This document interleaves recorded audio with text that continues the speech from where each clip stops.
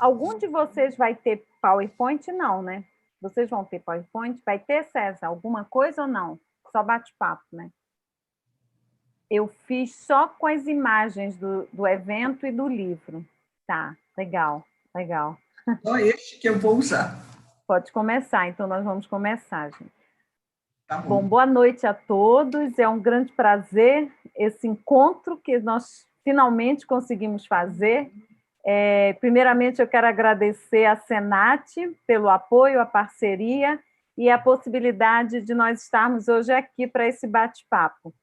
Em segundo lugar, quero agradecer a professora Delma, o professor César, porque eu acho que estar nesse momento nos gera também grandes possibilidades. Uma é essa, de nós conseguirmos hoje ter um bate-papo com a professora Delma e com o professor César, que tem todo um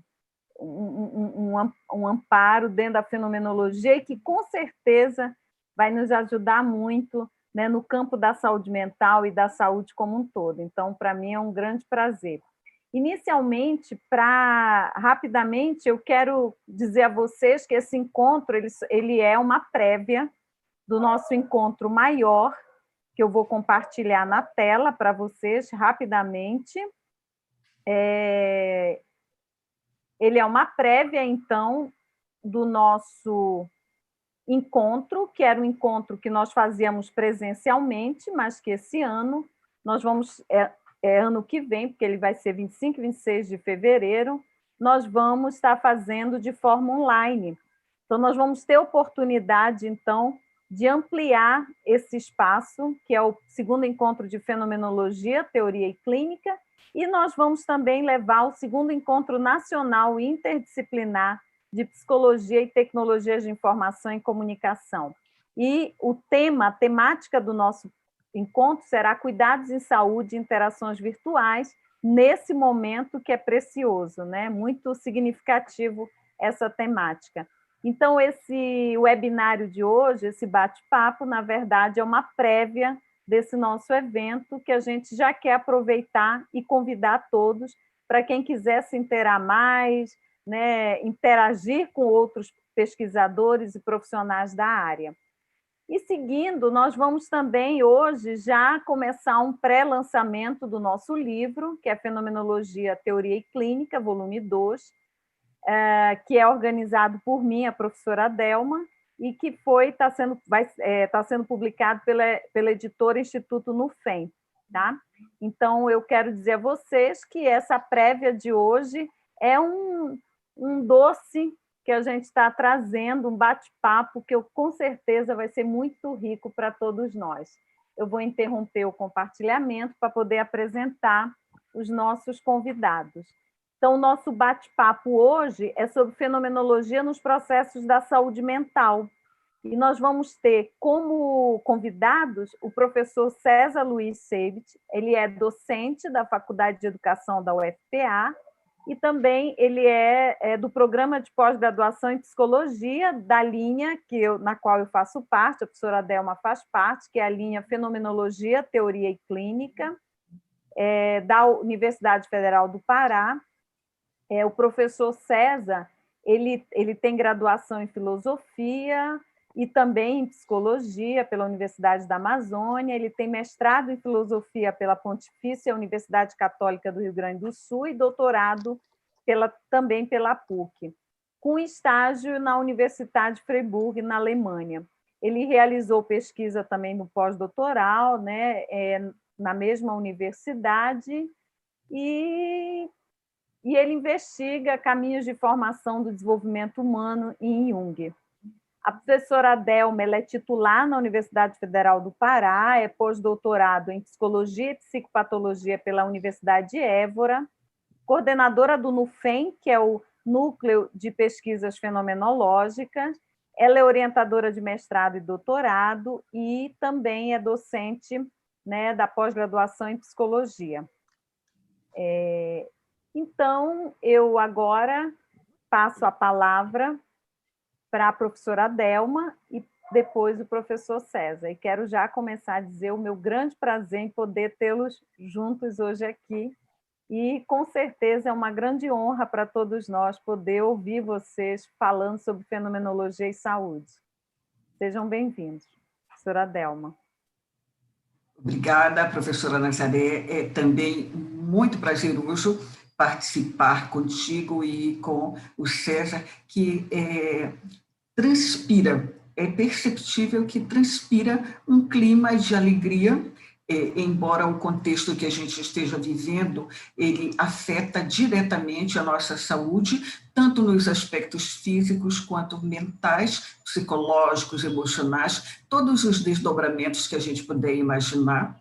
Porém, esse é um momento de alegria. É de alegria porque nós estamos aqui para celebrar não somente a vida, mas para celebrar a produção de um ano inteiro de trabalho, que você mostrou, é o nosso livro. Então, eu quero comentar com vocês alguns aspectos de saúde que estão contidos nesse capítulo. A minha fala vai ser breve e, em seguida, passamos para o César e, no outro momento, nós, se tiver alguma questão que vocês quiserem dividir conosco, será uma alegria.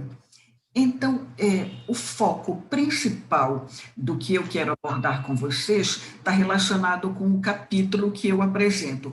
O capítulo, ele fala dos desencontros interhumanos em tempos de virtualidade. Mas antes de falar qual é o entendimento desses desencontros, eu quero situar que o trabalho que eu faço em relação à clínica, ele parte do princípio da crítica à etimologia da palavra clínica, que se a gente for pensar em clínica, nós vamos ter como significado a cama, porque cliné, de onde essa palavra deriva, significa cama. Então, passando rapidamente os significados da palavra clínica, a gente tem alguns desdobramentos em que a psicologia ela se associa à psiquiatria. Quando eu digo associação, é também um pouco imitativo. Então, nós precisamos fazer as críticas ao modo em que a psicologia clínica se organizou e continua, em algumas situações, reproduzindo o modelo de trabalho. Como o nosso tempo ele não vai permitir fazer uma recuperação desse percurso, eu apenas vou situar para vocês o nosso trabalho, ele parte da clínica, da concepção da clínica da cama, passando para a clínica da escuta. Em seguida, nós vamos trabalhar com a clínica do psicodiagnóstico numa versão colaborativa e interventiva, que isso agrega a participação do cliente, do colaborador, da pessoa com quem o psicólogo, o psicoterapeuta está trabalhando. Então, tira um pouco aquela ideia da passividade em que o cliente está lá para ser avaliado, carimbado, rotulado. Passamos em seguida para a clínica ampliada, que nesse momento se dá a inserção dos psicólogos no serviço público. Chegamos à clínica virtual e a clínica interdisciplinar. Por isso que eu disse para vocês, como eu estou trabalhando com os desencontros interhumanos em tempos de virtualidade, ao passar, ao situar este percurso, nós vamos entender as características, algumas características do trabalho da psicoterapia em meios virtuais, que esse aí dá um programa inteirinho só para ela, para esse debate dessa temática. Então, a gente vai deixar aqui algumas pistas para outros debates. Então, vamos seguindo. Eu gostaria de comentar com vocês mais um pouco sobre a gramática da psicologia clínica. O que é que eu estou chamando de gramática? É que alguns profissionais de saúde se perdem no uso de uma linguagem eminentemente psicopatológica, perdendo de vista esse percurso que eu comentei. A escuta, fundamentalmente a escuta no contexto ampliado e no contexto interdisciplinar. Depois nós temos alguns preconceitos ideológicos, então nós temos esses dois grandes problemas, que é a concentração numa visão psicopatológica e também no preconceito a respeito do entendimento do que é normal, do que é saúde e do que é doença. Então, esses preconceitos enclausuram a pessoa. Então, isso aí é caracterizado também como um desencontro interhumano. Como nós trabalhamos com a compreensão fenomenológica, é preciso situar que essa compreensão se dá no mundo da vida. E o mundo da vida é um conceito extremamente importante para o nosso trabalho, porque é no cotidiano, é na vida que acontecem todos os nossos movimentos de saúde, de adoecimento, de alegria. E notem que eu estou usando a expressão saúde e adoecimento, já que eu não posso entender de um modo isolado. Alguém está doente ou alguém está saudável, mas sim entendendo a saúde como um percurso de atualização da nossa atualização que ocorre no mundo. Então, são reflexões que não surgiram hoje, a gente vem caminhando nesse trabalho e nesse entendimento. E aí, como eu falei para vocês, no mundo da vida estão ocorrendo hoje uma série de desencontros, e esses desencontros, quando se dão nos contextos virtuais, eles geram uma potência enorme para o sofrimento.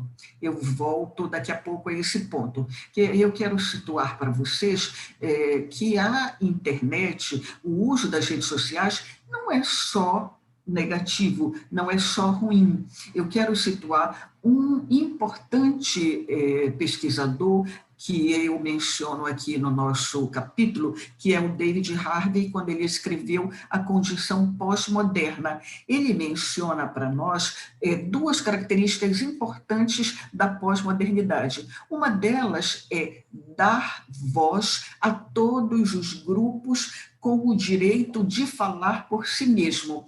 Que aí, na modernidade, a gente tem uma característica muito forte, que é a grande narrativa. E em psicologia clínica, quais são as grandes narrativas? Quais são os grandes sistemas teóricos? Temos a psicanálise, temos o behaviorismo, temos a centrada na pessoa e temos a gestalterapia. Esses quatro clássicos, quando rompe-se, de um modo, não é uma coisa assim tão...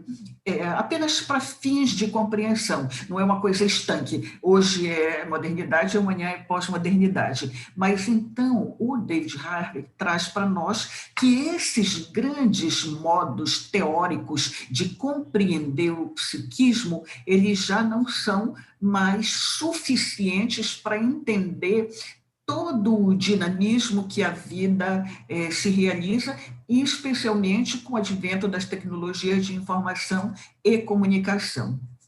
Então, eu quero seguir adiante colocando que é fundamental que todos os grupos minoritários, eles tenham o posicionamento, eles sejam escutados. Notem, eu estou falando aqui da escuta não unicamente associado à clínica, mas ao escutar, eu estou me aproximando da compreensão de quem está ao meu lado.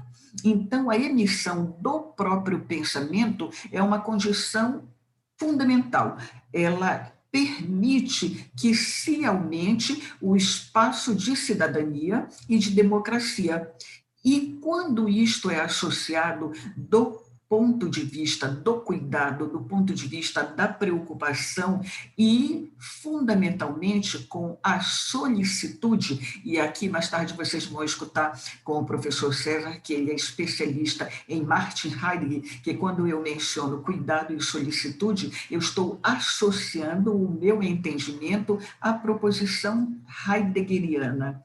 Então, eu quero adiantar para vocês que nas redes sociais, na internet, o desencontro interhumano, ele é caracterizado por afetos que evocam, que provocam situações de confronto.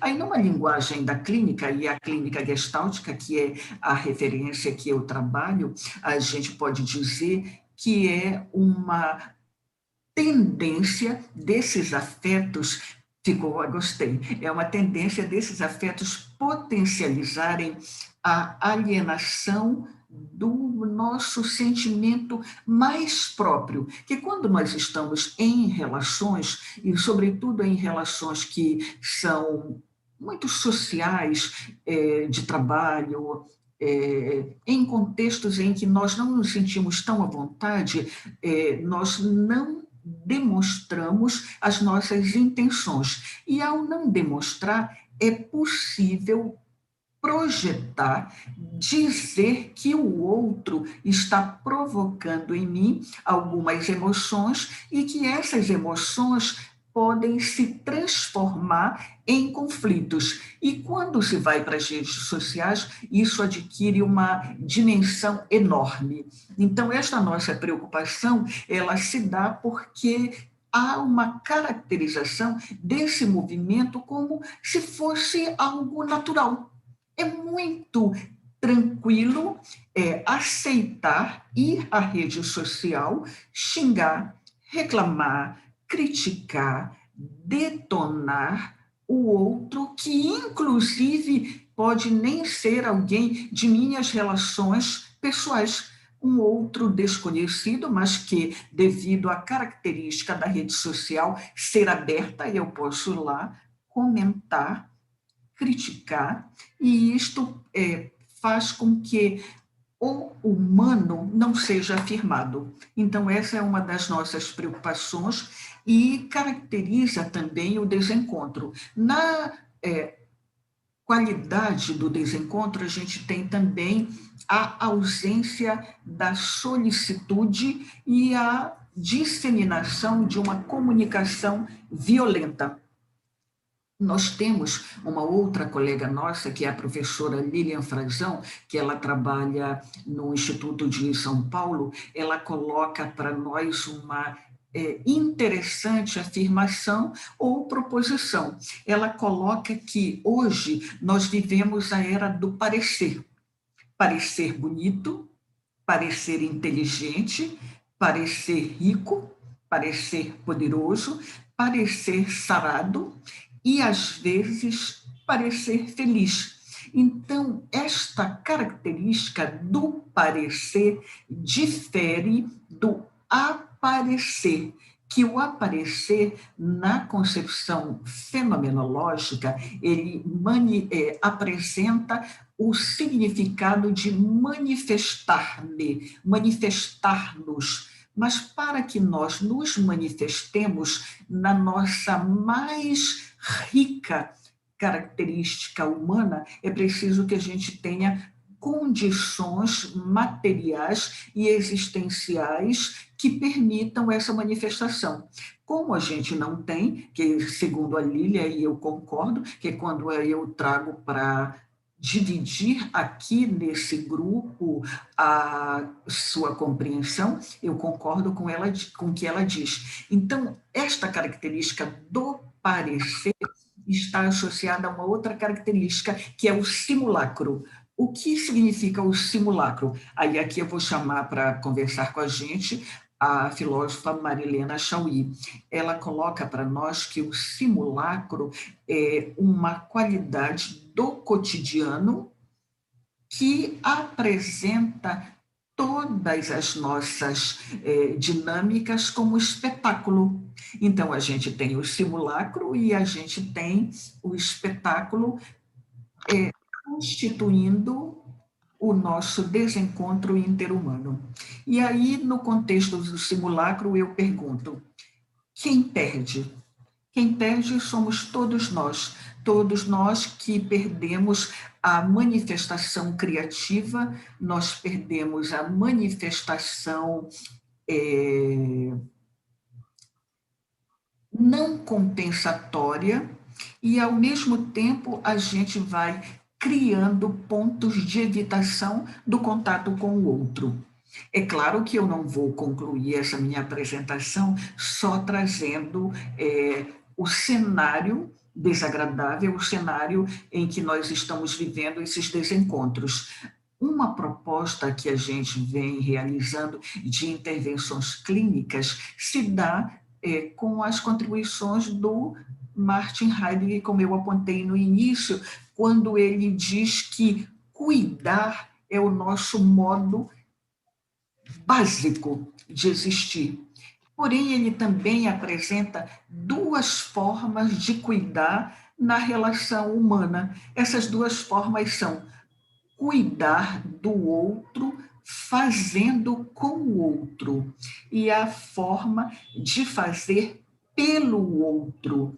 Então, nós precisamos atentar que quando alguém nos pede ajuda, nós estamos apressados, então, imediatamente, eu vou fazer para me livrar. Isso acontece muito com crianças, com adolescentes e com idosos. Então, não é para me livrar do outro, porque quando eu ajo desta maneira, eu estou comendo o outro, eu estou passando por cima do outro. Então, nós vamos afirmar o cuidar do outro como solicitude, o cuidar do outro nos relacionando a partir da consideração e da paciência. É claro que esse é um enorme e profícuo, ele é muito potente, esse modo de produzir a clínica e esse modo de pensar.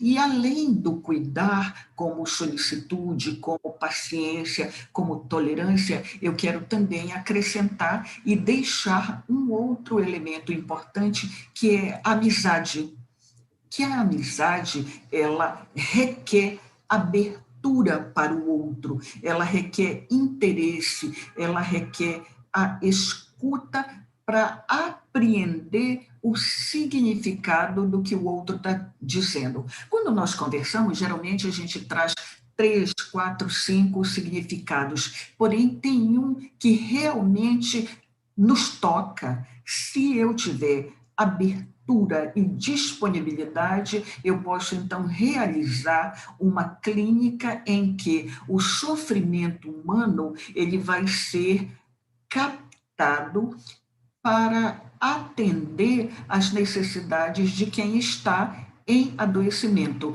que na compreensão gestáltica a gente tem a saúde e o adoecimento como parte do mesmo percurso, do mesmo processo. E relembrando a etimologia da palavra fenomenologia, que significa trazer à luz, então, aquilo que está escondido, quando há a manifestação do sintoma e do adoecimento que está escondido o percurso saudável. Então, as nossas intervenções visam trazer à tona este movimento, os suportes que as pessoas têm para enfrentar todos os percalços no dia a dia, no mundo da vida. Eu agradeço.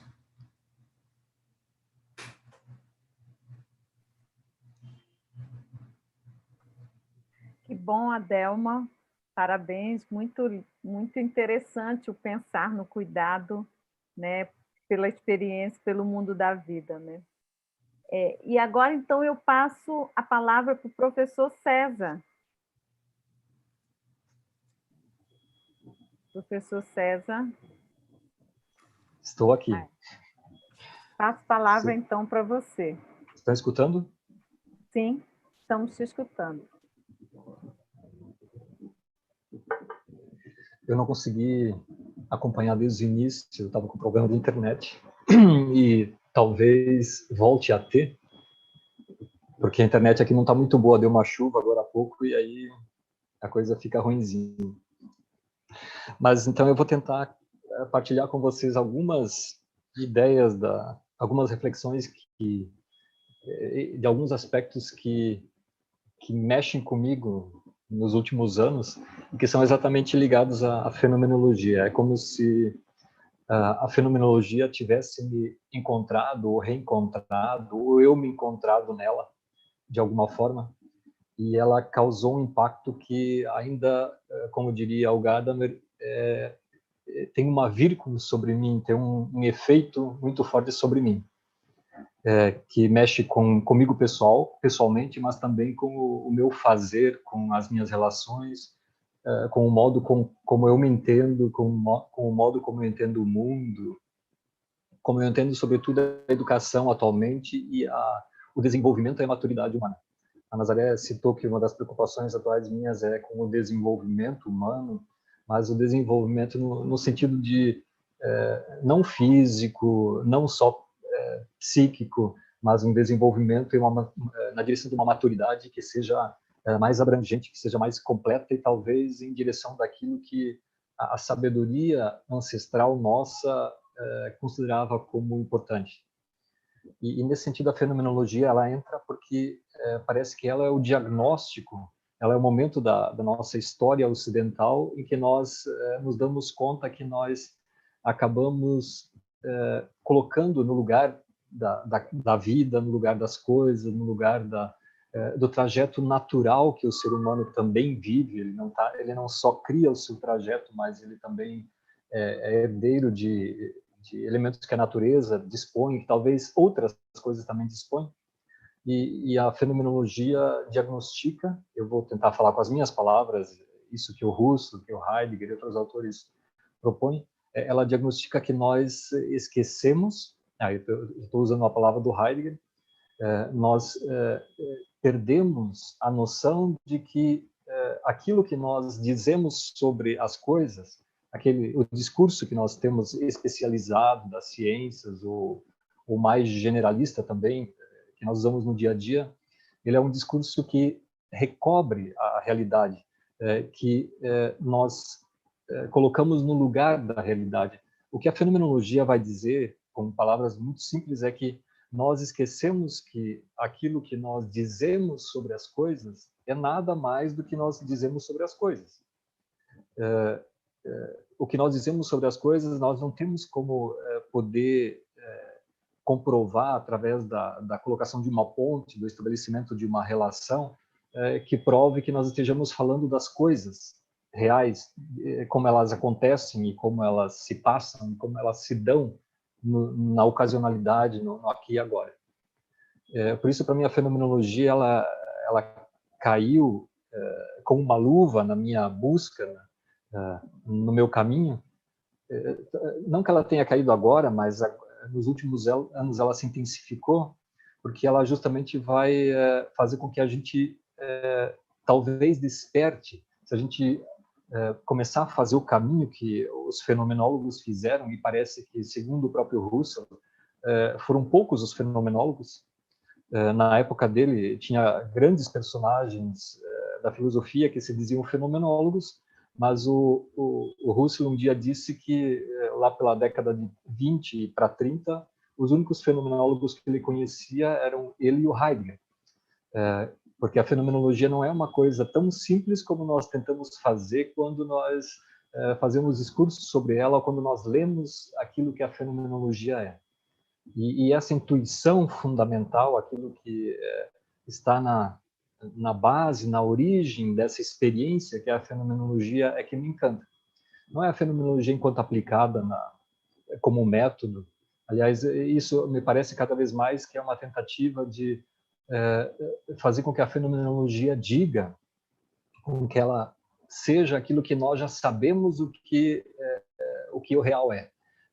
Que ela se coloque dentro do caminho que nós já conhecemos, estabelecemos. E o que nós sabemos e conhecemos, estabelecemos desde muito tempo atrás, e que se constitui numa tradição que alguns autores desde Nietzsche chamam de metafísica, é um conjunto de saberes que se cristalizaram e que perdeu o contato com essa vitalidade originária, essa vida que corre lá no fundo e que foi esquecida, que foi soterrada, que foi posta dentro de horizontes fixos, metafísicos, foi de alguma forma entulhado com saberes e com fazeres e com uma tradição que nos tirou a capacidade de experimentar aquilo que é o mais simples, o mais, a palavra que os fenomenólogos usam é originário, aquilo que se dá de uma forma pura, tranquila, e essa experiência, ela talvez ela conecte com algumas experiências pessoais minhas, um pouco ligadas a quem sabe, aquilo que se chama de mística, experiências que o Jung fala em vários momentos da obra dele, que o Freud, em um texto dele, chama de saudade do útero materno, meio que como uma forma de dizer que nós, essas experiências do todo, essas experiências originárias, essas experiências de reconexão, de conexão consigo mesmo e com o universo, elas seriam explicáveis através do caminho que nós já estabelecemos. Então, o que eu ia dizendo é que nós tendemos a fazer da fenomenologia aquilo que nós já sabemos dela, ao invés de entender aquilo que está no fundo, aquela experiência no sentido benjaminiano e heideggeriano, morre quando nós fazemos aquilo que é mais fácil para nós, sobretudo nós ocidentais, que é reduzir toda a experiência que transcende os limites da lógica, da gramática, da linguagem, do cálculo que nós somos capazes de fazer, levando para dentro do que nós já sabemos. E eu acho que é muito isso que aconteceu com a fenomenologia. Eu não acho que seja improdutivo, negativo a gente tentar fazer da fenomenologia um método para lidar com a realidade, mas eu cada vez mais acho que a fenomenologia não nasceu como um método concorrente, ela nasceu como uma consciência de que alguma coisa não estava bem no nosso proceder metódico. O Gadamer, ele caracteriza a nossa relação cognitiva, cognoscitiva da modernidade para cá como metódica. Nós aprendemos a colocar entre o sujeito e o objeto uma garantia que antes era reservada na Idade Média para Deus. O Deus era o lugar a partir de onde se justificava, se estabelecia a ponte entre o que a gente falava e a realidade. Se Deus, em algum momento, o manifestou através de alguma revelação, então é verdade. Ou não é, porque Deus não está de acordo com o que a gente imputa a Deus. Na modernidade, nós descobrimos que nós não precisávamos garantir a verdade, a experiência humana, mas a partir de um elemento externo, metafísico. Mas nós descobrimos que nós poderíamos colocar entre o sujeito e o objeto uma coisa que nós inventamos, uma coisa muito humana, e nós chamamos isso de método. Muito interessante que a modernidade se caracteriza pelo fato de que toda garantia de conhecimento verdadeiro, toda garantia de conhecimento atestado, correto, que seja a representação adequada, como é a palavra que se usa na filosofia, da realidade, ela passa por essa mediação do método. Nós começamos a não confiar mais em Deus, também nós começamos a desconfiar de nós mesmos, desde, pelo menos, Descartes. René Descartes desconfia de que os nossos sentidos não sejam a fonte confiável da verdade, e também os próprios empiristas não confiavam nos sentidos, embora julgassem que a experiência seja a fonte inicial do conhecimento. Nós fomos muito espertos na modernidade e colocamos uma coisa poderosa, sutil e encantadora, a princípio, entre nós entre o sujeito e o objeto, que é o método. Então, nós começamos a dizer, e continuamos até hoje nessa convicção, nessa crença de que se o conhecimento foi metodicamente produzido, se ele obedeceu aos cânones, ao rigor de um método, e esse método ele tem que ser autorizado e atestado pelo que nós chamamos de ciência do pósito, do positivo, aí nós temos um conhecimento verdadeiro. Só que com o tempo nós começamos a perceber que nessa distinção entre sujeito e objeto, nessa separação e o método lá no meio como atestado de verdade, nós começamos a não ter mais daqui a pouco relação viva, real, não temos mais a vitalidade, diria o Nietzsche, da vida presente, porque nós tínhamos colocado o método como o critério de acesso ao objeto. Não importa mais o objeto, importa que o método, o acesso metodológico determine o que é verdade sobre o objeto. Aí nós fomos tornando cada vez mais o objeto invisível, aquilo que nós conhecemos como uma objetificação da realidade das coisas. As coisas, segundo Heidegger, passam a ser objeto. Elas não são mais as coisas. Elas foram objetificadas. E é justamente isso que a fenomenologia começa a questionar. Não dizendo assim, os métodos anteriores estão equivocados, temos que encontrar um método melhor, um acesso mais correto à realidade, mas ela começa a questionar o que significa o fato de nós termos objetificado a realidade através do método e termos, mais do que isso, termos esquecido que nós fizemos isso. Esse é o esquecimento de que o Heidegger fala, essa atitude natural de que o Husserl fala. Nós colocamos aquilo que nós colocamos como acesso da verdade e o resultado, que é a representação, que é o discurso, que é a teoria, que é o conceito que aparece, que acaba sendo o resultado dessa relação, foi colocada como objetividade. E a constatação da fenomenologia foi, então, que para nós tanto fazia o que as coisas são, desde que elas obedecessem, desde que nós pudéssemos ter um poder sobre a realidade. Que a nossa técnica, a nossa prática, baseada nesse pensar representacional, nessa teoria sobre a realidade, fosse efetiva, fosse poderosa. Não importa, então, o objeto, por exemplo, não importa se nós ainda mantemos o sujeito um sujeito ou nós fazemos dele um objeto de cura, de manipulação, no caso da doença. Nós não estamos mais de uma forma efetiva preocupados com a natureza, com as árvores, com os rios, porque nós colocamos entre nós e eles uma coisa que nos torna insensíveis ao vivo, que é o rio, ao vivo, que é a vida dos pássaros, das árvores. E foi isso que a fenomenologia, os fenomenólogos perceberam. Isso eu acho que é uma coisa crucial para a nossa existência enquanto humanidade. Então, eu não penso que a fenomenologia venha para concorrer, eu acho que você fala muito mais de uma atitude fenomenológica do que de um método fenomenológico, embora o Husserl também tenha colocado essa palavra em alguns escritos dele, mas o que conta, o peso maior é sobre a palavra atitude.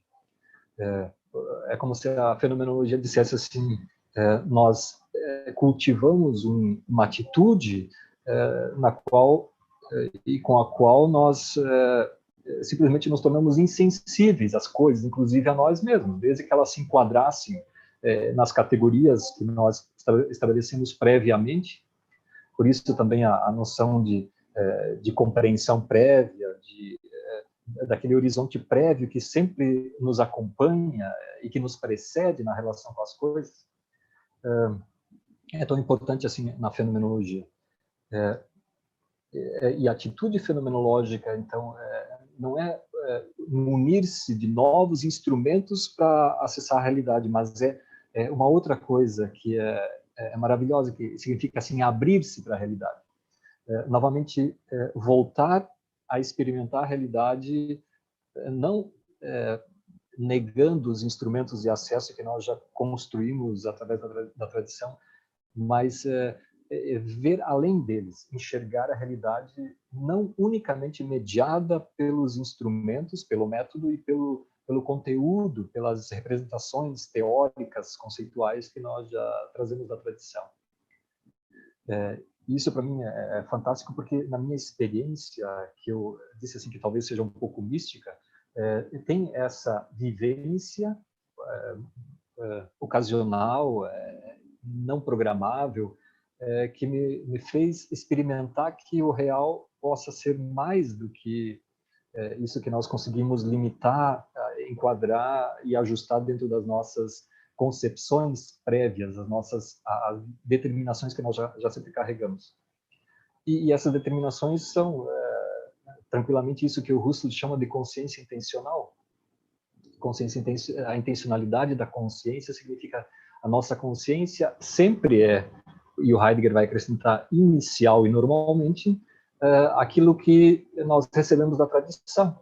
Ela não brota de nós mesmos, da própria experiência, da própria vivência, mas ela é esse conjunto de mediações do passado que nos carregam, que fazem com que a gente não seja autônomo e livre como nós gostaríamos que nós fôssemos.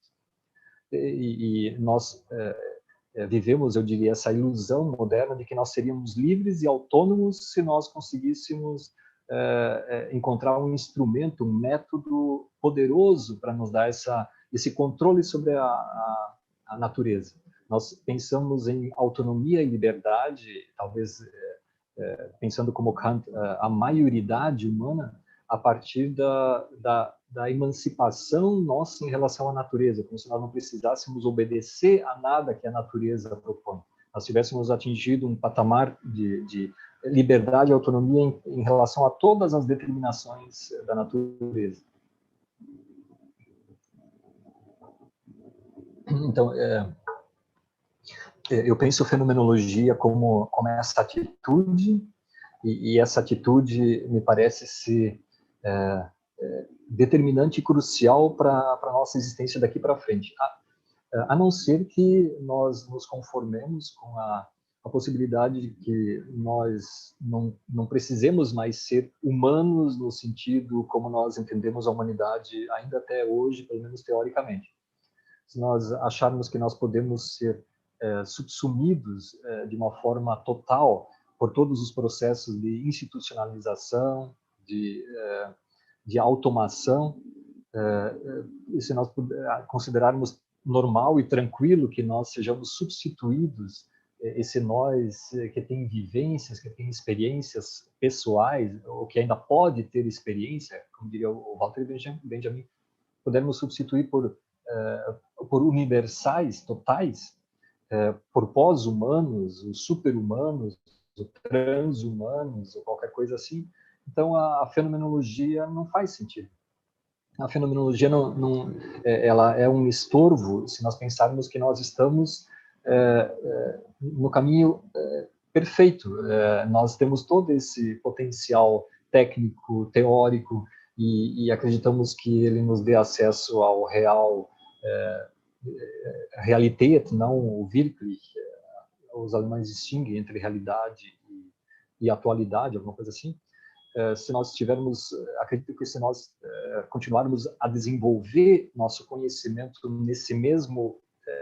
nessa mesma trilha, e essa trilha é meio totalitária, ela é violenta, por isso que o diagnóstico dos autores do século XX é que nós estamos violentando justamente a natureza e a nós mesmos, mas isso não é um problema se nós acreditarmos que realmente nós seremos melhores enquanto humanos se nós formos exatos, se nós não padecermos de nenhum inconveniente subjetivo, se nós não formos presas ou vítimas de idiosincrasias, e formos, assim como você deve lembrar do texto do Skinner, o Walden Chu, descritos como onde ele descreve uma sociedade perfeita, onde justamente pela supressão da subjetividade, da individualidade, da individuação, como diria o Jung, nós teríamos uma sociedade perfeita, porque de seres humanos que trabalham e funcionam como máquinas.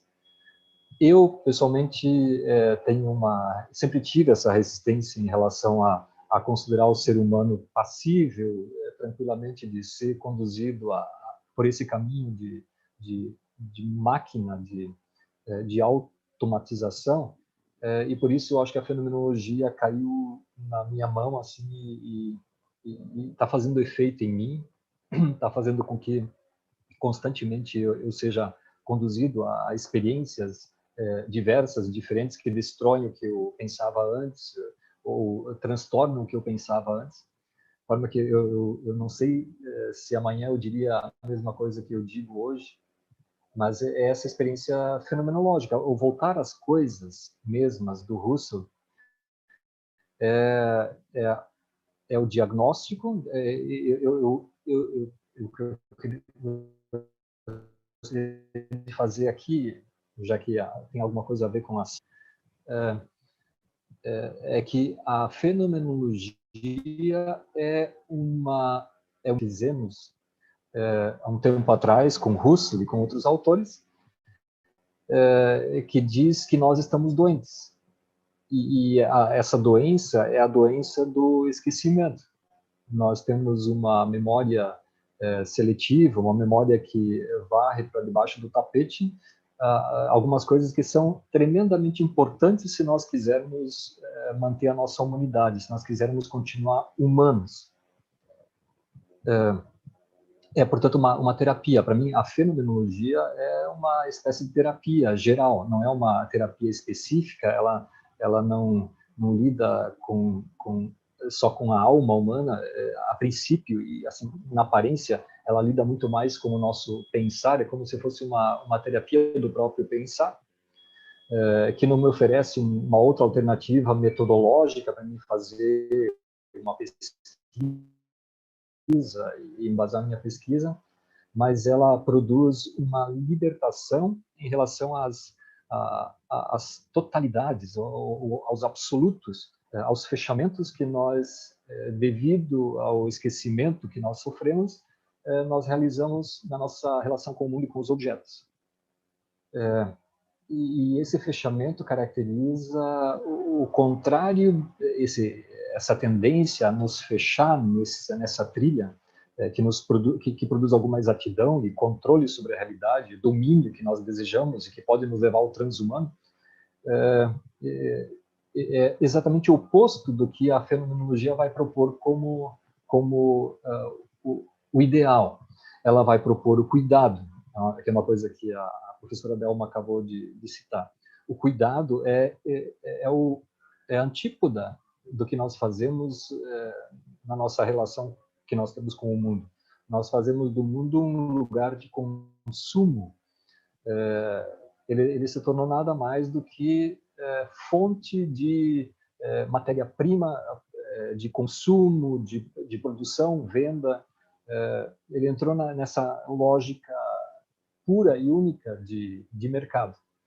O próprio universo material, espiritual, físico, virou mercadoria. Aí os fenomenólogos, entre as palavras que eles vão usar é que nós, antes disso, antes de termos feito isso de nós, termos nos reduzido à mercadoria, a objeto, a cliente, a situações específicas, nós somos cuidado. Nós somos até a raiz, até a nossa alma, dos pés à cabeça, nós somos cuidado, nós somos originariamente aquilo que tem a si mesmo sob encargo. Nós somos uma tarefa para nós mesmos. E temos que recordar que nós somos essa tarefa para nós mesmos e recordar que nós entramos nós adotamos uma resposta em relação a essa tarefa que nós temos e consideramos ela única e total. E perdemos a possibilidade, perdemos a capacidade de viver impossibilidades. O Heidegger vai dizer que o possível é muito mais... Eu não estou lembrando exatamente a frase que ele usa, mas ele diz que o possível é mais real daquilo que nós chamamos de realidade. E realidade é exatamente isso que nós objetificamos para poder controlar e dominar. E ele vai dizer, assim como na física, também nós vamos encontrar em Heisenberg e outros autores, a noção de que, até porque eles conversavam juntos de vez em quando, o Heisenberg ia para a cabana do Heidegger em Tottenberg, o real é o possível. nós podemos esquecer que aquele possível que nós realizamos, esse ser humano que nós temos aqui e agora, essa relação mercadológica que nós temos aqui agora com o mundo e com os objetos, nós podemos esquecer que essa é uma possibilidade em realização. E aí nós podemos levar ela adiante eternamente como se não fosse um problema isso.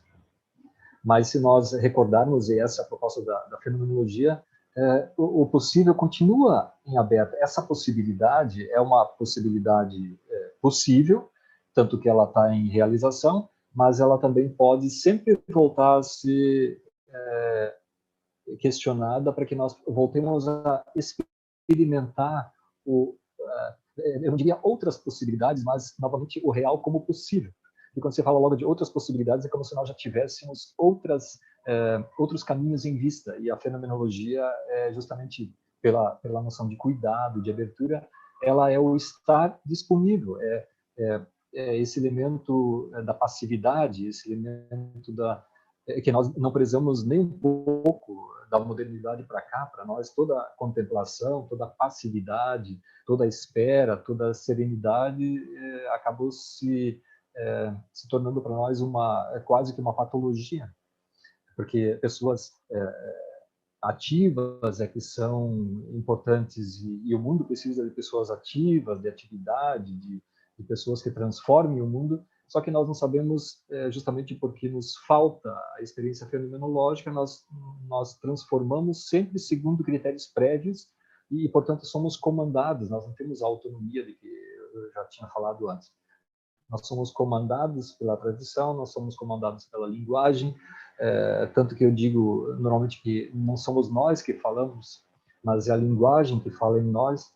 Nós não inventamos as palavras, não inventamos os sentidos que as palavras carregam na tradição, nós simplesmente caímos numa tradição, aprendemos a falar através dos nossos pais, vizinhos, depois escola, e depois aprimoramos essa fala e emprestamos a nossa boca para a língua propõe, que também vai aparecer em outras circunstâncias, como, por exemplo, em Foucault, o desafio está em encontrar, em meio à tradição, usando a palavra do Gadamer, em meio ao normal, ao cotidiano, à atitude natural, à repetição, a própria palavra. E para reencontrar a própria palavra, eu acho que a fenomenologia é o caminho.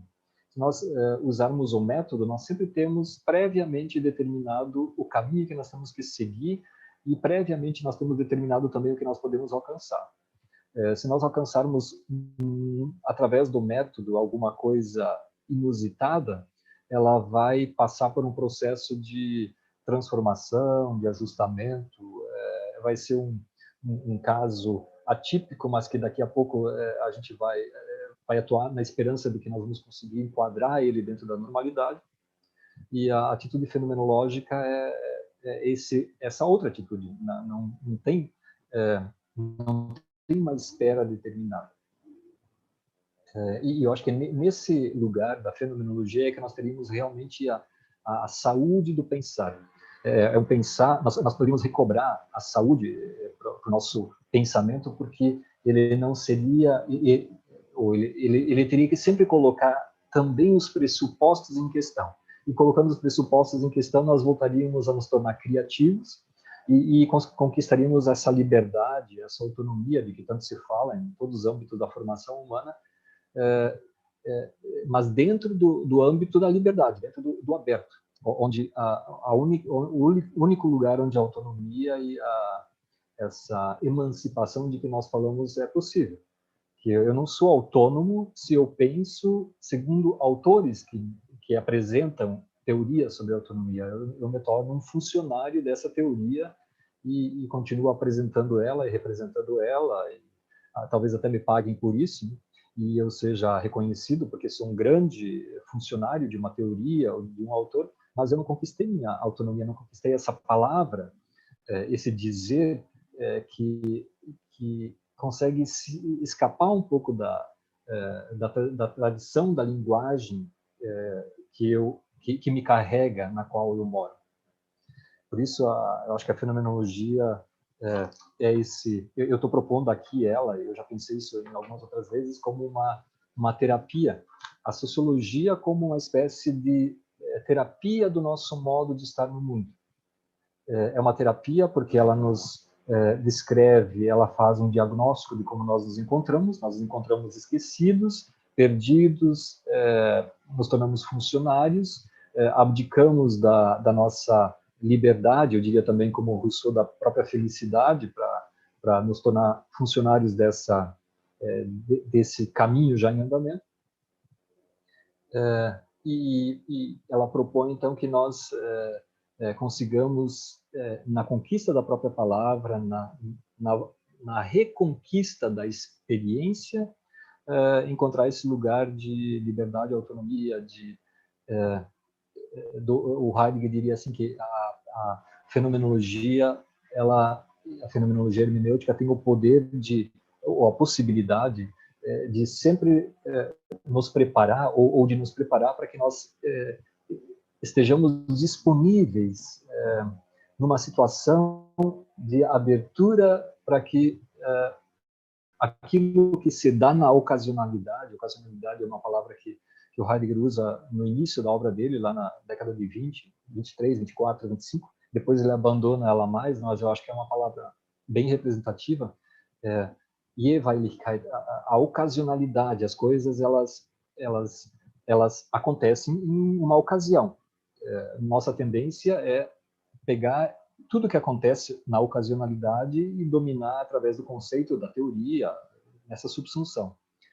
E a fenomenologia é esse exercício de novamente nos abrir para experimentar a coisa, então, no seu acontecer, na sua ocasionalidade. Mais tarde, vamos começar a falar mais de acontecer.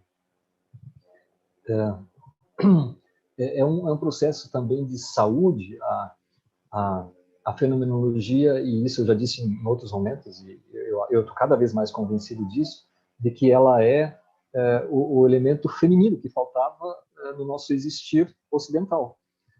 Se toda a nossa racionalidade, todo o nosso proceder teórico e prático no mundo está baseado no cálculo, no controle, no domínio, numa linguagem objetificadora, a fenomenologia vai começar a dizer assim: olha, nós temos que parar a nossa ânsia, essa obsessão de falar o tempo todo sobre as coisas, de controlar elas, e começar a escutar mais.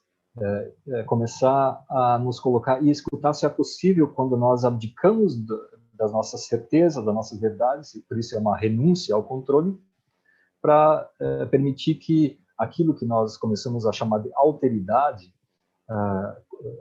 tudo que se dá a nós, possa se dar na ocasionalidade, não segundo o que nós já sabemos, não pela mediação do conceito, não pela intermediação de elementos anteriores, sempre prévios, que acabaram se tornando não só condicionantes, mas determinantes do nosso modo de pensar.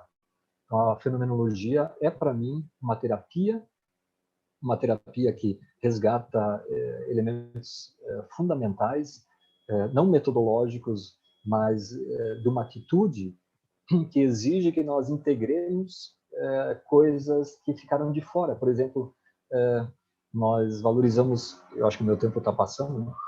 Nós valorizamos excessivamente a racionalidade, só que nós somos provavelmente muito mais irracionais do que racionais. A racionalidade é só uma pequena ilha que nós construímos no meio de um oceano, e nessa ilha nós organizamos as coisas e categorizamos elas, nós pavimentamos a ilha, organizamos ela, dissemos o que cada coisa é, mas ao redor dela esse irracional está sempre à espreita. E vários autores eles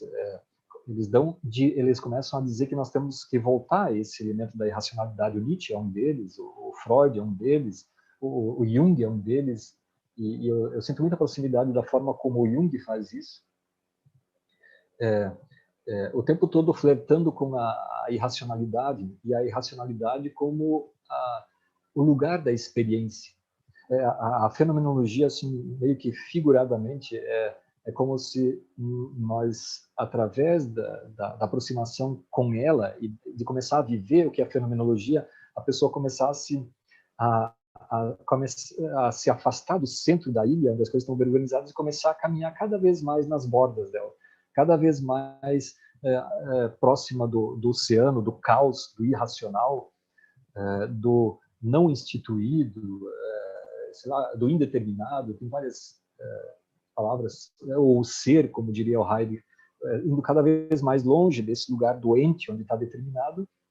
O fenomenólogo é alguém que começa a caminhar nessas bordas. Então, ele não nega que mora numa ilha, que essa ilha é o lugar que ele nasceu, cresceu, e que o amamentou e que fez crescer, mas que, se ele quiser encontrar a sua plenitude, ele precisa colocar de vez em quando os pés dentro do mar e, quem sabe, arriscar, entrar com seus sonhos, com as fantasias, com o reconhecimento dos instintos da natureza, etc., para que ele não fique doente e essa doença seja a doença da normalidade.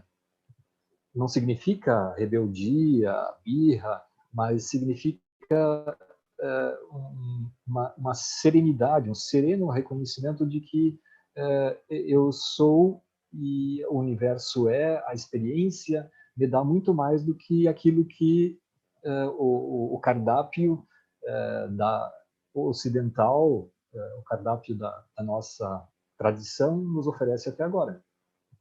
Então, eu acho que a imagem, para mim, significativa é o fato de que o fenomenólogo ele caminha nas bordas da racionalidade, nas bordas do instituído, assim como o poeta também, o músico, o artista, ele caminha nessas bordas. Ele só pode ser artista se ele descuidar um pouco das regras da gramática, das regras do uso representacional das palavras, se ele se enganar no sentido das palavras e transtornar a lógica em que funciona o pensamento normal, porque daí, nesse transtornar, ele consegue apresentar, não representar, mas apresentar uma experiência que ele está tendo com o objeto do qual ele está falando, diferente do cientista que precisa tornar a palavra dele cada vez mais precisa, cada vez mais exata, e é isso que nós fazemos na academia. Nós queremos conceitos cada vez mais exatos e precisos e congruentes com o todo da discussão. O poeta, o artista, o fenomenólogo, ele tem essa autorização, porque ele se dá essa autorização de caminhar nessas bordas, nesses limites. Então ele pode falar, como Platão disse na Alegoria da Caverna, que é muito parecida com isso, ele pode arriscar o fora, o dentro, e mantendo o equilíbrio em relação a isso. E isso é muito difícil. Quando uma pessoa, no nosso modo tradicional de entender a psique humana, se uma pessoa entra no irracional, ela corre perigo, ela se torna um perigo para ela mesma, ela está doente psiquicamente e precisa ser socorrida para entrar de novo nessa normalidade. E é difícil conseguir distinguir se uma pessoa está fazendo esse caminho de uma forma sadia ou doente, porque ela pode também se perder e pode não encontrar mais o caminho de volta e ficar perturbada para a vida toda. E esse perigo está claro no escrito dos grandes autores, mas é o risco que algumas pessoas podem correr para conseguir experimentar aquilo que não estava dado ainda e se tornar aqueles que foram os grandes homens e mulheres da história da humanidade. Nenhum grande homem e mulher da história da humanidade disse coisas impactantes e transformadoras e determinantes ficando no centro do lugarzinho lá. Esse centro lá somos nós, os acadêmicos, os fiadores do conhecimento, os guardadores dos livros, das verdades, mas quem produz isso que nós guardamos e transmitimos são aqueles homens e mulheres que conseguem sair do centro da academia, desse lugar do controle, da verdade, e começa a caminhar lá nas bordas e começa a dizer, como Freud fez, começou a falar de coisas nesse limite e começou a a ressignificar o que nós fazemos aqui dentro a partir do que ele conseguia ver lá fora. Só usando o exemplo do Freud, mas podemos pegar na arquitetura, na educação, em todos os campos, toda transformação, e a única transformação efetiva, eu acho que e significativa que acontece com seres humanos que, de alguma forma, sem saber dessa palavra fenomenologia, conseguem experimentar aquilo que está em jogo na fenomenologia. Experimentar colocar-se numa disposição para escutar alguma coisa que não está sendo dita, não está sendo gritada, não está sendo repetida constantemente. O Heidegger, inclusive, vai dizer que o falatório, a nossa fala sobre as coisas, é talvez um dos instrumentos mais poderosos para manter a normalidade aqui dentro. Então, a gente fala sobre as coisas ininterruptamente, sem parar. Bom, ininterruptamente já é sem falar, sem parar. A gente fala dia e noite, fala dormindo, fala acordado, fala lendo, fala conversando e fala inclusive no silêncio, que é para que esse lugar, o centro, seja o lugar pretendido por todos, o lugar da normalidade. Ou então, na analogia do Platão, lá, o fundo da caverna, aquela tela, aquela parede, é o lugar da verdade, não lá atrás, não lá fora, não na borda, não além da racionalidade. Eu teria ainda, eu acho que eu já falei muito tempo, né? Eu teria algumas coisas para dizer um pouco mais em relação à saúde, mas eu acho que isso pode ficar para outra ocasião, que eu acho que eu já disse um monte de bobagens, e se eu continuar dizendo mais alguma, vai ser um problema. Eu tenho tempo ainda, não, né? Eu acho que chega. Quer? Então, César, jamais vai ser bobagem. Muito importante todas essas questões e reflexões que você faz a gente fazer sobre o cuidado. E o mais importante, né, sobre um cuidado que antecede o próprio sofrimento, um cuidado de mim para com o outro. Isso é super importante ainda pela contribuição também que a professora Delma trouxe. E aí nós temos algumas questões que eu queria colocar para vocês responderem. A Graça Souza trouxe uma questão que, assim, eu posso usar a fenomenologia na psicologia jurídica? E aí fique à vontade para quem quiser responder.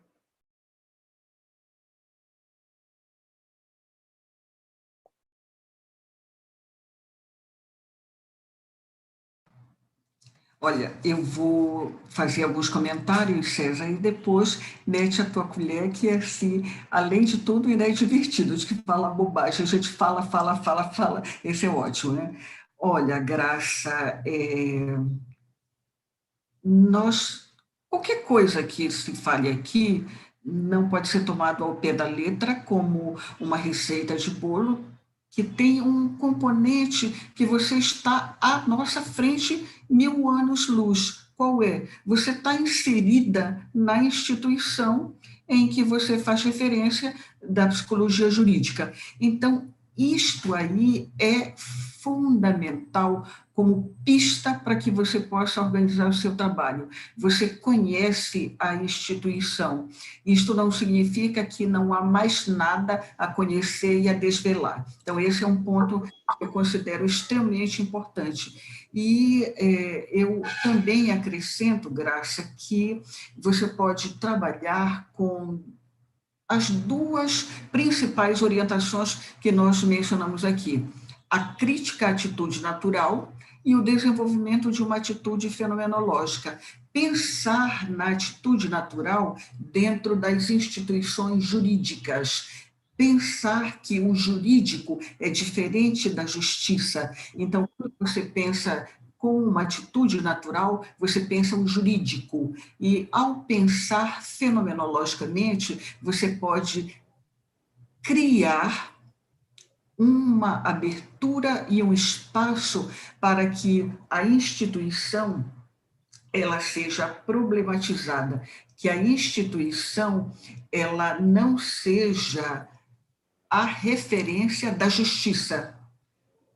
a instituição, ela provoca a preservação do bem comum?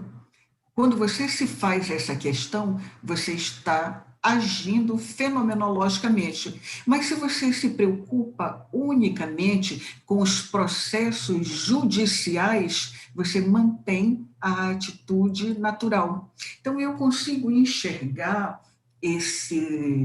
essa tua questão dentro desse diálogo entre a atitude natural e a atitude fenomenológica. Quando você se pergunta o que e quem regula as instituições jurídicas, você avança, você dá mais um passo para apresentar a importância da comunicação com o todo. Quando se fala a comunicação com o todo social, quais são os atores mais importantes da justiça? É claro que é o juiz, que isso, você não pode falar com o juiz sem aquele ritual de uma gramática para distanciar. Então, você observa que a linguagem ela não é para comunicar. Então, tem, assim, muita coisa interessante que você pode fazer, mas, ao mesmo tempo, eu também quero te dizer que é um trabalho longo, é um trabalho duro e que não pode ser feito sozinha. Neste momento, eu estou com uma orientanda de mestrado que ela trabalha no sistema penitenciário. E aí ela chegou comigo e disse assim, eu gostaria de questionar o exame criminológico, porque o exame criminológico ele só tem servido para o juiz confirmar algo que ele quer fazer. Obviamente que isso eu não estou generalizando, mas eu estou trazendo para você a observação que é um trabalho duro, difícil e que você precisa estar cercada dos seus pares. E, para finalizar, é importante pensar que a atitude fenomenológica ela contribui para o rompimento, assim como em saúde, para o rompimento da cronicidade que há no sistema judiciário. Eu espero que essas reflexões te ajudem em alguma coisa.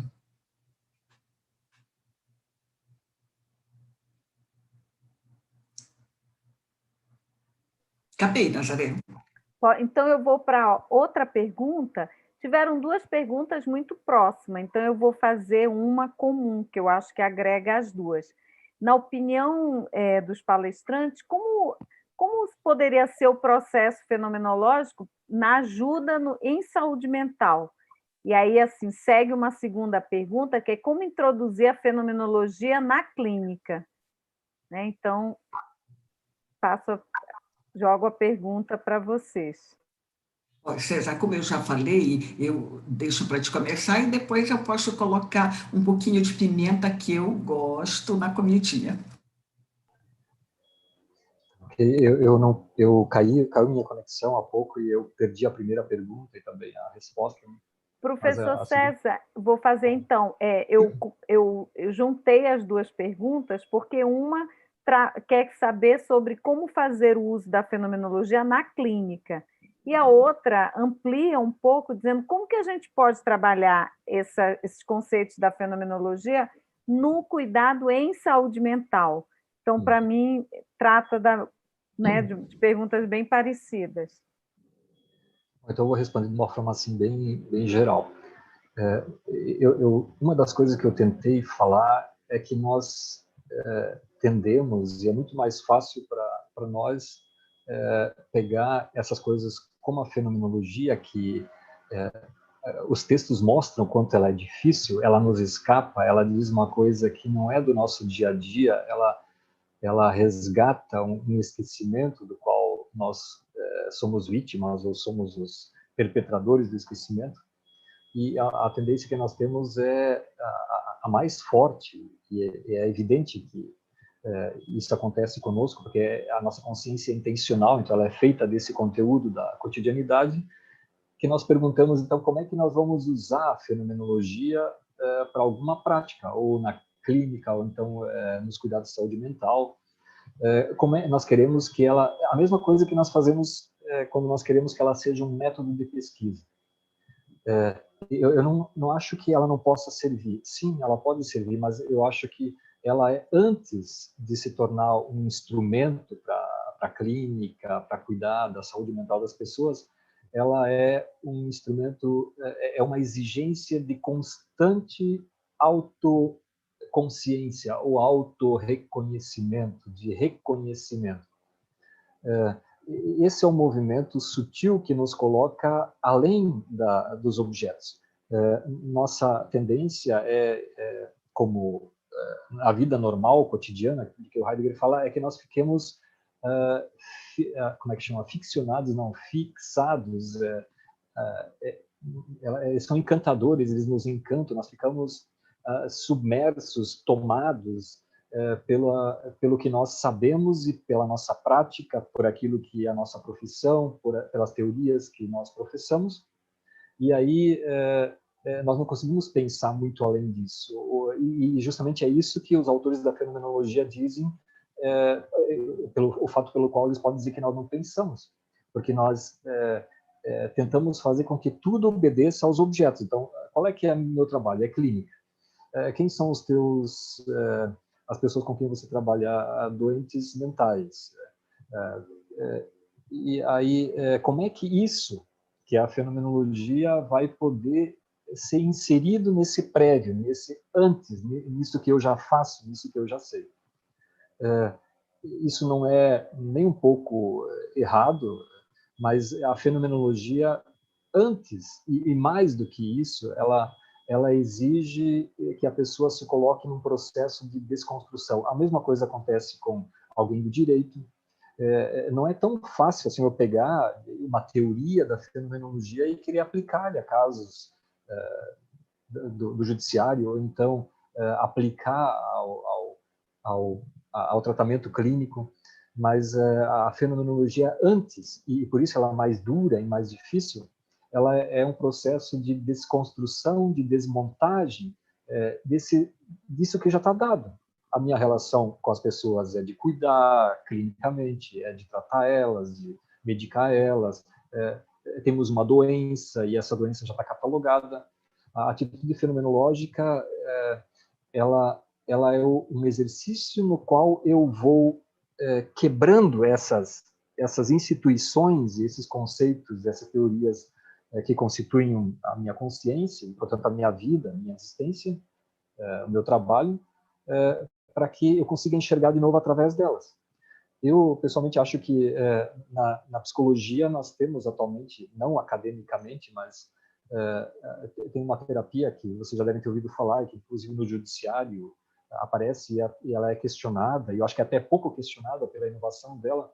A constelação familiar do Bert Hellinger é o desenvolvimento da atitude, eu acho que mais fenomenológica possível. E o Hellinger diz assim, eu não quero saber antes de que doença essa pessoa sofre, como é que ela foi classificada pelo psiquiatra, pelo psicólogo, pelas pessoas que acompanham ela. Eu tenho uma pessoa viva diante de mim e eu vou entrar na dinâmica, eu vou experimentar a dinâmica total, da vida total dela, ela não é um paciente para mim, ela não é só essa pessoa que está aqui doente, ela é esse todo. E isso eu acho que é o desafio maior da fenomenologia, conseguir prescindir das categorizações anteriores. E como é que eu vou prescindir delas? O Husserl achava que se eu fizer um compartimento assim lateral da minha consciência, eu pego todas as minhas categorias psicológicas, minhas categorizações de real e irreal, de como ajudar as pessoas, colocá-las nesse local lateral, e agora eu estou livre para estar diante da pessoa aqui e agora, na sua ocasionalidade. Os autores posteriores disseram assim, não, isso é uma ilusão, porque se eu colocar todo o meu saber, todas as informações que constituem a minha consciência de lado, eu já não tenho mais consciência.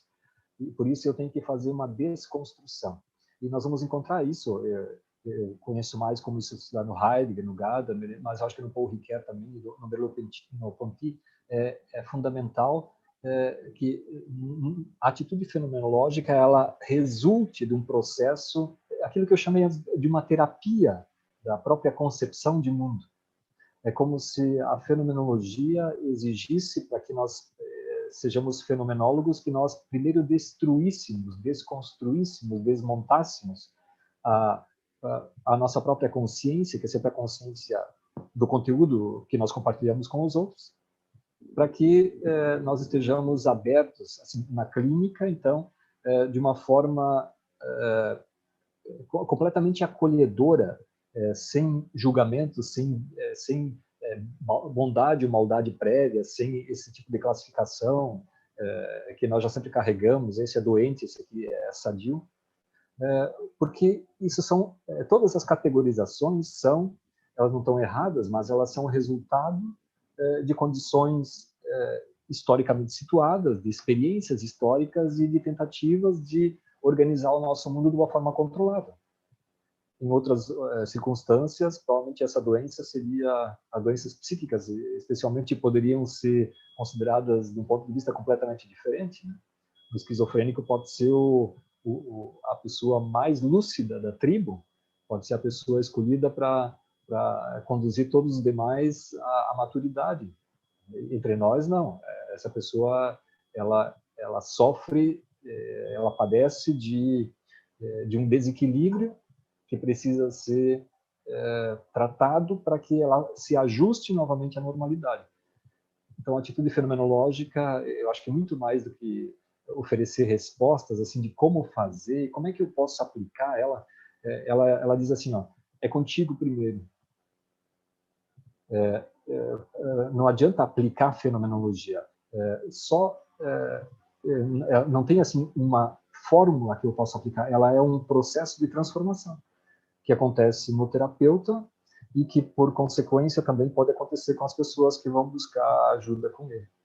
Eu sei que eu não respondi o que a pessoa, eu não sei o nome dela, né, que pediu, mas eu acho que normalmente as pessoas podem dizer, então tem instrumentos, tem uma forma, e a Delma, eu acho que ela é mais capaz de falar isso, mas fundamentalmente, assim, no seu cerne, a fenomenologia não oferece fórmulas, ela não oferece um como fazer. Ela é uma disposição para me transformar.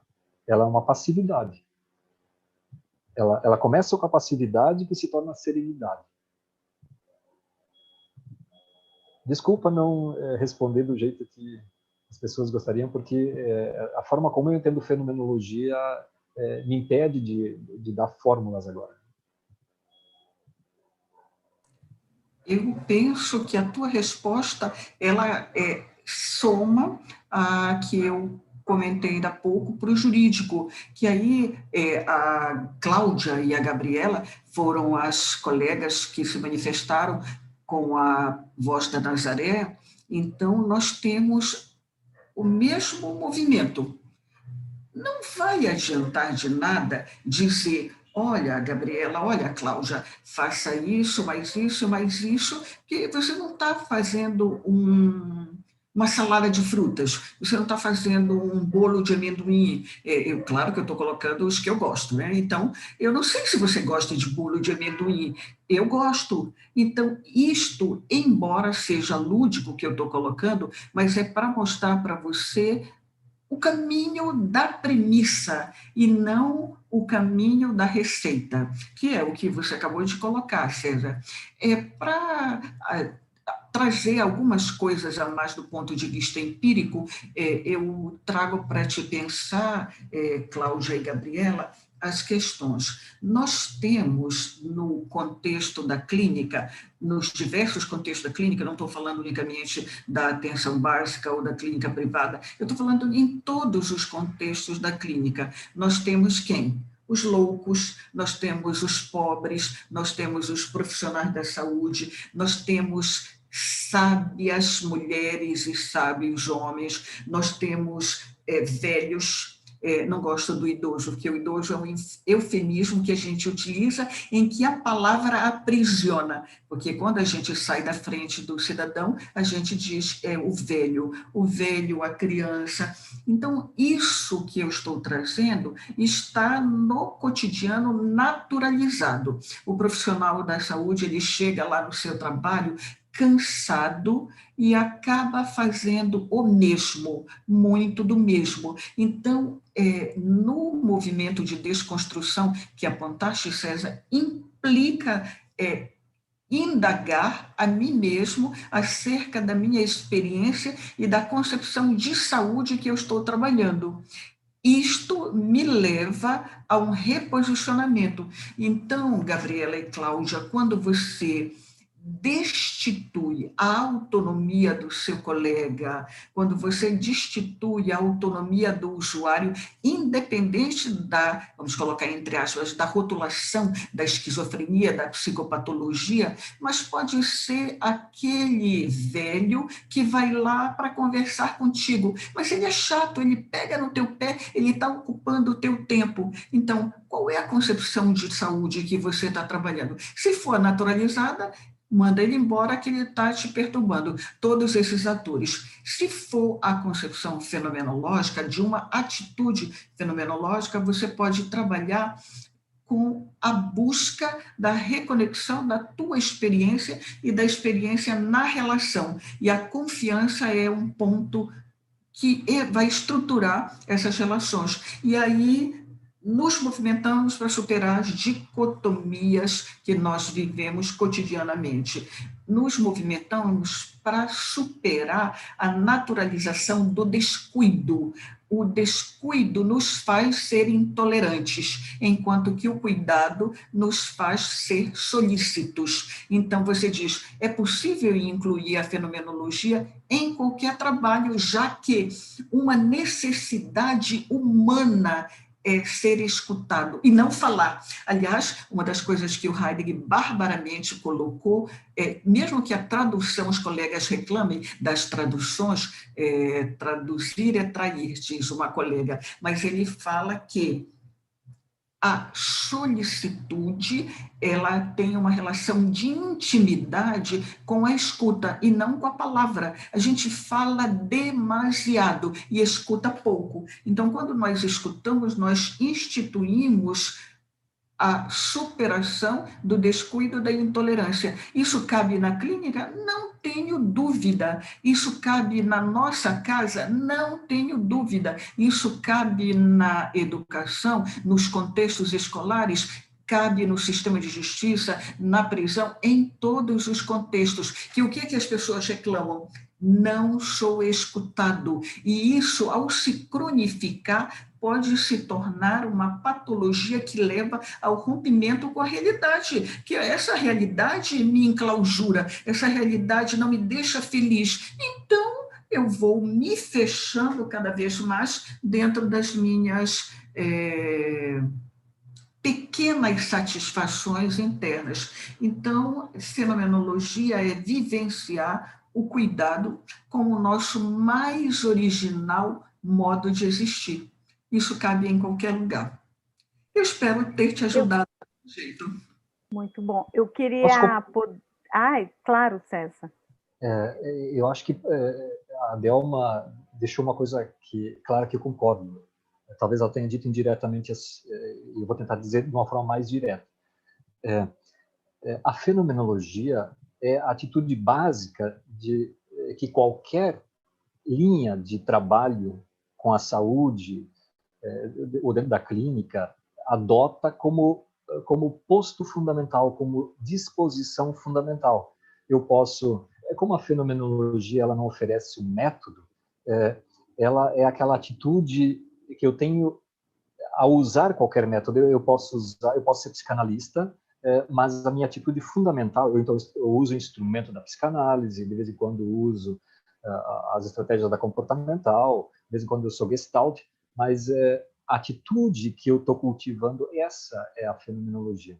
A fenomenologia, como eu dizia para você, não é um método concorrente com outros métodos. Ele também não é uma uma prática concorrente com outras práticas. Ela é uma atitude básica que qualquer pessoa, em qualquer situação, ela cultiva, ela desenvolve. De forma que eu posso ser um psicanalista que adota e que cultiva como princípio o modo de ser fenomenológico. E eu acho que aí nós chegamos a esclarecer uma possibilidade muito maior do que seja a fenomenologia. Tá? Não se pode perguntar como usar a fenomenologia. Ela é esse lugar anterior.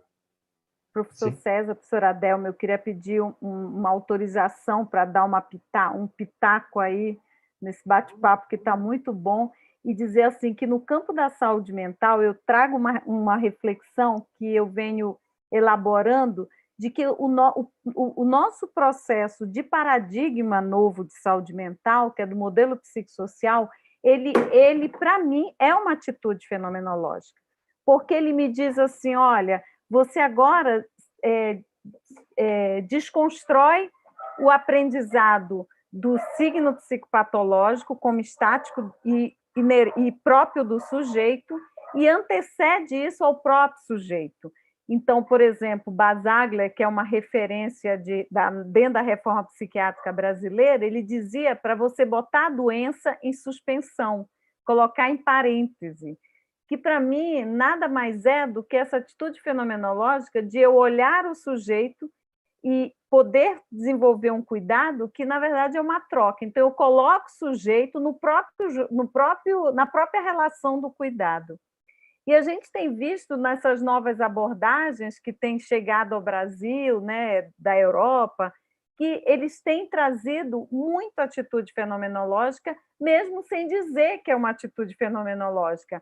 Né? A gente percebe que alguns movimentos se dizem ateóricos, mas a forma como eles se colocam dentro da relação com o outro, por exemplo, com as pessoas em sofrimento psíquico, para mim, eu não consigo não ver como uma atitude fenomenológica. Assim. E aí, assim, quero aproveitar também para dizer para a Cláudia e para a Gabriela, assim, convidar elas para dar uma olhada na nossa página do nosso evento, que vai acontecer em fevereiro, e do nosso livro, que é Teoria e Clínica, porque nele a gente consegue ver empiricamente algumas ações, alguns trabalhos, né, algumas reflexões, tanto no livro como no evento, que traz a clínica nessa atitude fenomenológica. Então, por exemplo, no nosso evento, nós vamos ter pessoas trabalhando, discutindo fenomenologia e virtualidade. Nós vamos ter, por exemplo, a presença do professor Mário Cardano, da Itália, que vai trazer uma discussão sobre a loucura, o encarceramento da loucura e o processo do cuidado por um olhar fenomenológico. Então, quer dizer, a gente vai conseguir ter essa ideia empiricamente dessa atitude fenomenológica na prática clínica e em saúde mental. E no nosso livro, por exemplo, nós temos perspectivas dentro da psicologia existencialista, da clínica ampliada e atenção psicossocial, enfim. O que eu quero convidar, então, é que vocês possam ir lá conhecer o nosso livro, o conteúdo dele, as palestras que vão acontecer no nosso evento, porque eu acho que isso aqui é só um doce de tudo que vai acontecer no nosso evento, que eu tenho certeza que vai ser de muito, muito sucesso e vai ser temas muito interessantes. Para fechar, nós temos aqui a Maria Aparecida, que ela trouxe uma reflexão para nós, que é assim: estou entendendo que a fenomenologia é aceitar que estar em um deserto sem saber onde vai chegar, porém é preciso seguir. E aí eu lanço essa reflexão da Aparecida para a gente poder fazer o fechamento do nosso webinário.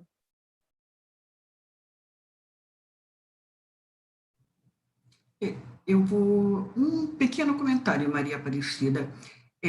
No deserto, na cidade, na praia, não é o local ou geográfico ou psicológico, que a última ponderação do César há pouco ressaltou o projeto russeliano, altamente sólido, denso e de uma contribuição riquíssima para todos os profissionais da pesquisa, da educação, quando diz qual é o objeto de trabalho russeliano.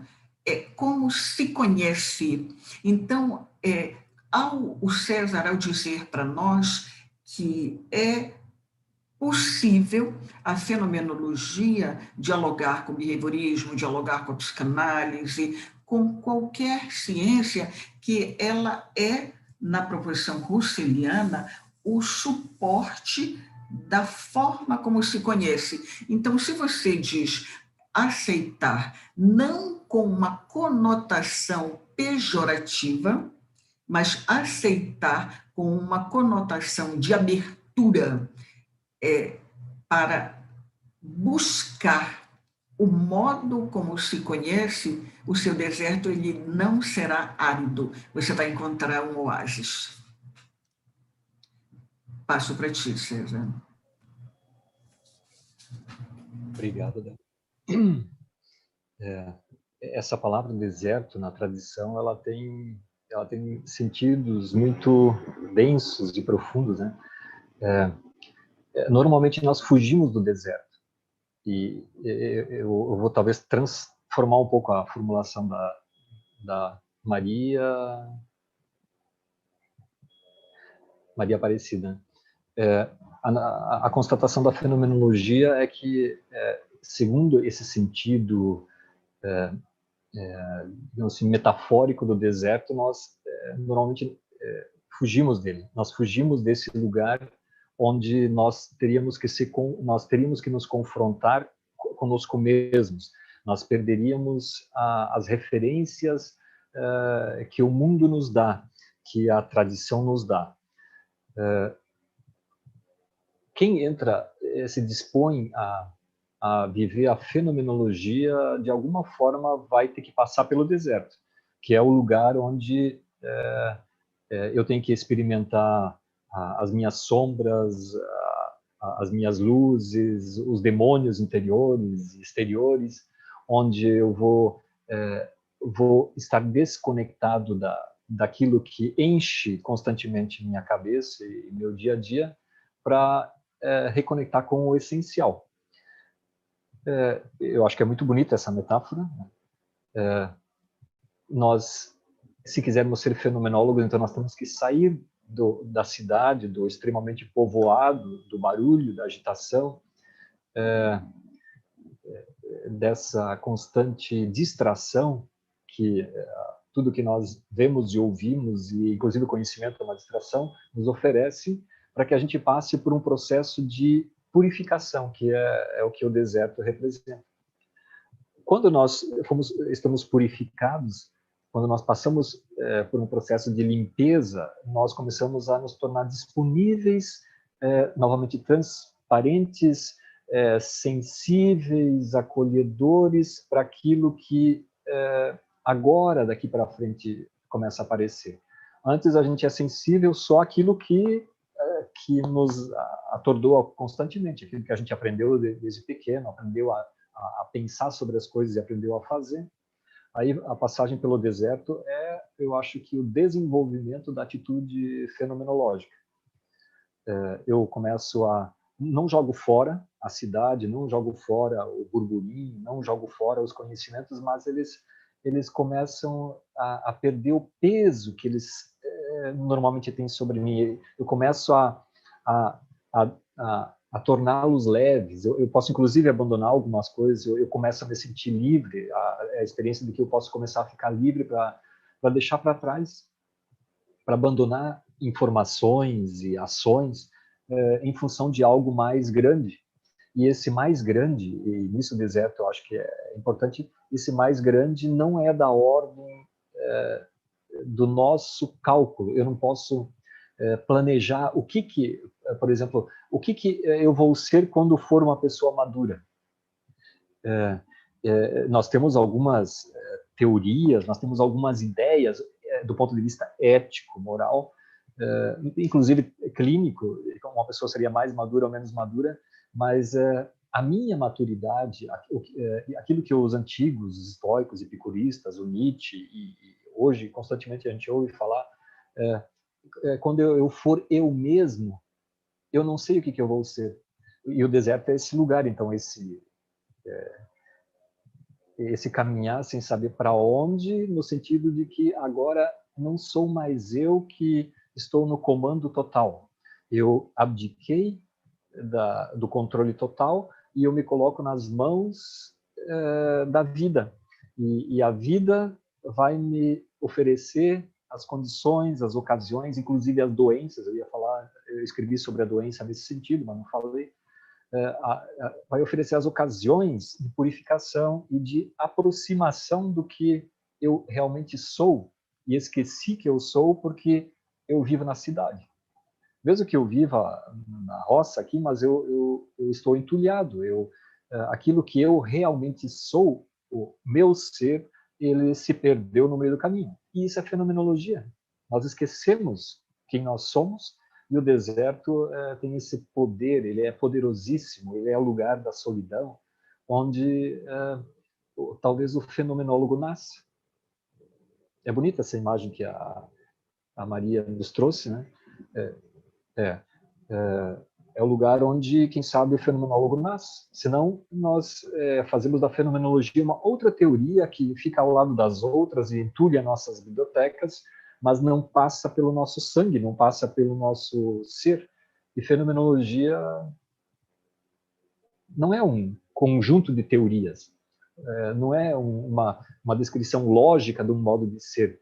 É a disposição para entrar na vida de novo e viver. Mas viver ao encontro de si mesmo. Deixar-se levar. Eu disse para vocês, isso não é muito bem-vindo hoje, de forma nenhuma. Deixar-se levar é como se fôssemos fracos, insensíveis, mas claro que não é se deixar levar por aquilo que todo mundo se deixa levar aqui, mas começar a se deixar levar por aquilo que é o fundamental em mim.